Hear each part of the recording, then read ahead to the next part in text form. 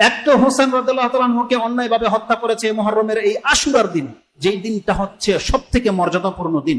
এই আশুরার দিনে তাকে হত্যা করেছে, শহীদ করেছে এবং তার কল্লাকে তার দেহ থেকে আলাদা করে দেওয়া হয়েছে। এই যেমন হোসেন রাদিয়াল্লাহু তাআলার কল্লা কেটেছিল, পরবর্তীর খেলাফত যারা এসেছে এই ইবনু জিয়াদ এবং তার সঙ্গীর একটার কল্লাকেও কিন্তু রাখেনি, তাদের প্রত্যেককে ঠিক এইভাবে হত্যা করা হয়েছে। এই ইবনু জিয়াদ হোসেন রাদিয়াল্লাহু তাআলা আনহুর দেহের সাথে যে আচরণটা করেছিল, এটা ইমাম বুখারী এবং ইমাম মুসলিম, তিরমিজি তাদের কিতাবে সেই কথাগুলোকে কোট করেছেন। আসুন আমি আপনাকে দেখাই তার বর্বরতাটা কোন পর্যন্ত ঠেকিয়ে গিয়েছিল। এক তো হোসেন রাদিয়াল্লাহু তাআলা আনহুকে অন্যায়ভাবে হত্যা করেছে মুহররমের এই আশুরার দিন, যেই দিনটা হচ্ছে সবথেকে মর্যাদাপূর্ণ দিন। এই আশুরার দিনে তাকে হত্যা করেছে, শহীদ করেছে এবং তার কল্লাকে তার দেহ থেকে আলাদা করে দেওয়া হয়েছে। এক তো এটা করেছে, দ্বিতীয়ত তার যে মস্তকটা মানে দেহ থেকে আলাদা করা হয়েছিল, সে কাটা মস্তকটাকে তার সামনে প্লেটে করে নিয়ে আসা হয়েছিল। তখন আনাস ইবনে মালিক তার দরবারে উপস্থিত ছিল। তিনি বলছেন, কুনতু ইনদা ইবনে জিয়াদিন ওয়া জাআ বিইবনে জিয়াদিন বিরাসিল হুসাইন আলাইহিস সালাম। হুসাইন রাদিয়াল্লাহু তাআলা আনহুর মাথাটাকে তার সামনে পেশ করা হয়েছে। ওয়া জুইলাত ফি তাসতিন, একটা প্লেটে করে দস্তরখানার মধ্যে তার কাছে পেশ করা হয়েছে। ওয়া জাআলা ইয়ানকুতু, ইমাম বুখারীর ভাষা হচ্ছে সেই মাথাটাকে তার হাতের মধ্যে একটা ছুরি বা চাকু বা বল্লম কিছু একটা ছিল, যেটা দিয়ে হোসেন রাদিয়াল্লাহু তাআলা নাকের মধ্যে সে খোঁচাচ্ছিল। এতটা বধ সে করেছে। এক তো মস্তিষ্ক কাটা, হত্যা করা হয়েছে, শহীদ করেছে, তারপরে তার মাথার সাথে এমন করেছে যে বসে বসে তার মাথাতে খোঁচাচ্ছিল ইবনু জিয়াদ। যখন এটা আনাস রাদিয়াল্লাহু তাআলা দেখেছে, ইমাম তিরমিজির শব্দটা হচ্ছে ফাজালা ইয়াকুলু বিকাদিবিন ফি আনফি, তিনি তার লাঠি বা একটা চাকু দিয়ে তার নাকের মধ্যে খোঁচাচ্ছিল। ওয়া কালা ফি হুসনিহি শাইআন, ইমাম বুখারী বলছেন তার রূপ সম্পর্কে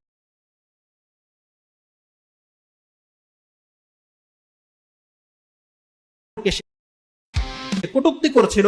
ইমাম বুখারী রাহিমাহুল্লাহ, ইমাম মুসলিম, ইমাম তিরমিজি রাহিমাহুল্লাহ তিনি বলছেন, সে কি বলেছিল, মা রাআইতু মিসলা হাযা হুসনান ইয়াকুলু লিমা ইয়াকুলু, তার মানে তার প্রশংসায় সে এতটা বেশি মানে কটূক্তি করছিল, শত্রুতা মানুষকে কত নিচে নামিয়ে দেয়। এই ইবনু জিয়াদ হোসেন রাদিয়াল্লাহু আনহু চেহারাটাকে দেখে বলেছিল যে আমি ওর মতন সুন্দর কোন সন্তান দেখি। তার মানে একটা শত্রু হোসেন রাদিয়াল্লাহু আনহু কতটা সুন্দর ছিল, ওর হিংসায় বা ও বলছে খোঁচাচ্ছে, কেন খোঁচাচ্ছে, ও বলছে এর মতো সুন্দর আমি আর কোন পুরুষ পোলা দেখিনি, এতটা সুন্দর ছিল। তখন আনাস ইবনে মালিক তিনি বলছেন, আমা ইন্নাহু, তুমি সাবধান ভালো করে জেনে নাও, ইন্নাহু কাদ আশাব্বাহাহুম বিরাসূলিল্লাহি সাল্লাল্লাহু আলাইহি ওয়াসাল্লাম, তুমি ক্ষান্ত হও, এই হোসেন রাদিয়াল্লাহু আনহু চেহারা রাসূল সাল্লাল্লাহু আলাইহি ওয়াসাল্লামের সাথে যত মানুষের চেহারার মিল আছে তার মধ্যে সবথেকে বেশি মিল হচ্ছে এই হোসেন রাদিয়াল্লাহু তাআলার সাথে। তার মানে রাসূল সাল্লাল্লাহু আলাইহি ওয়াসাল্লামের চেহারাটা যেমন ছিল, হাসান হোসেনের চেহারা হুবহু প্রায় অবিকল রাসূল সাল্লাল্লাহু আলাইহি ওয়াসাল্লামের মতো ছিল। আপনি কি বুঝতে পারেন যে এটা কি ধার্মিকতা, এই নামাজ রোজা কোনো কাজে আসবে? যে রাসূল সাল্লাল্লাহু আলাইহি ওয়াসাল্লামের মতন দেখা একজন ব্যক্তিকে আপনি যদি দেখতে পান তার মধ্যে অনেক চমৎকার রূপ রয়েছে, আর যদি জেনে যান যে তার চেহারাটা রাসূলের মতো, তাকে আপনি আঘাত করতে পারেন? এটা কত নিচে নামলে মানুষটা এমনটা করতে পারে। যখন আনাস ইবনে মালিক তিনি বলছেন যে তার চেহারা কিন্তু সবথেকে বেশি রাসূল সাল্লাল্লাহু আলাইহি ওয়াসাল্লামের সাথে মিল আছে, তুমি ক্ষান্ত হও। ইমাম বুখারী রাহিমাহুল্লাহ তিনি তার হাদিসটাকে কোট করেছেন 62 নম্বর পর্বে, হোসেন রাদিয়াল্লাহু তাআলা আনহুর মর্যাদার শানে হাদিসটাকে কোট করেছেন 3748 নম্বরে পেয়ে যাবেন, এবং ইমাম তিরমিজি রাহিমাহুল্লাহ 3778 তিনি কোট করেছেন। এই ঘটনাগুলো আমরা কম বেশি জানি, কিন্তু আপনারা কি এটা বলতে পারেন যে এই ইবনু জিয়াদ যে হোসেন রাদিয়াল্লাহু তাআলার সাথে এত খারাপ আচরণ করেছিল, ওর সাথে আল্লাহ কি করেছে? এটা কি বয়ান করা হয়? অনেকে জানেন এটা। বারান্দা হোক বা রুফটপ নাইট, স্টাইলি চেয়ারে বসে ভাইবটা জাস্ট রাইট, রোদ বৃষ্টি আসুক টেনশন নাই আর, স্ট্রং ক্লাসি সব জায়গায় star, smart feel the glow, RFL stylish chair স্টাইলের নতুন গল্প কি করা হয়েছে। এই যেমন হোসেন রাদিয়াল্লাহু তাআলার কল্লা কেটেছিল, পরবর্তীর খেলাফত যারা এসেছে এই ইবনু জিয়াদ এবং তার সঙ্গীর একটার কল্লাকেও কিন্তু রাখেনি, তাদের প্রত্যেককে ঠিক এইভাবে হত্যা করা হয়েছে। এই ইবনু জিয়াদকে এবং তার সঙ্গীদের প্রত্যেকটাকে কল্লা আলাদা করে রাখা হয়েছিল। এবং এই হাদিসটাও ইমাম তিরমিজি রাহিমাহুল্লাহ তিনি তার কিতাবে কোট করেছেন।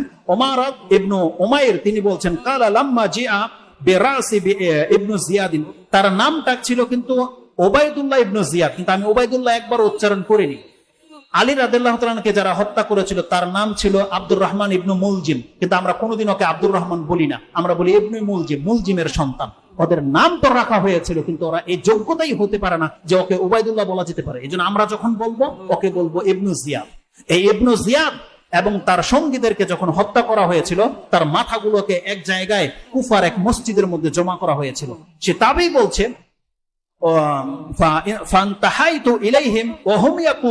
আমি যখন তাদের কাছে আসলাম, ওখানে যারা উপস্থিত ছিল তারা বলতে লাগলো কাজ্জাত কাজ্জাত, যারা চিৎকার করছে আর বলছে চলে আসছে চলে আসছে। আমি উকি মেরে দেখলাম ইজা হাইয়াতুন, একটা সদর সাপ। যেই জায়গায় মাথাগুলো জমা করে রাখা হয়েছিল, সবাই এসে দেখছে যে কিছুক্ষণ পর পর একটা বিষধর সাপ সেখানে চলে আসছে। তিনি বলছেন আমি গিয়ে দেখলাম একটা বিষধর সাপ, সেটা এই ইবনু জিয়াদের মাথার খুলি থেকে বের হচ্ছে এবং নাকের ছিদ্র দিয়ে ঢুকে মাকাসাত হুনাই হাতান, কিছুক্ষণ সে মাথার মস্তিষ্কের ভিতরে গিয়ে সাপটা অবস্থান করছে, আবার বেরিয়ে আসছে। এইভাবে মাররাতাইনি আও সালাসান, সে 2 বার কি 3 বার এই সাপটাকে দেখতে পেয়েছে যে সেটা ইবনু জিয়াদের মাথার মধ্যে ঢুকছে নাকের ছিদ্র দিয়ে। কেন? কারণ ও হোসেন রাদিয়াল্লাহু তাআলা নাকের ছিদ্রের মধ্যে যেগুলো আঘাত করেছিল, আল্লাহ সুবহানাহু ওয়া তাআলা বিষধর সাপ দিয়ে ওর নাকের মস্তিষ্ককে এইভাবে কামড়িয়েছে।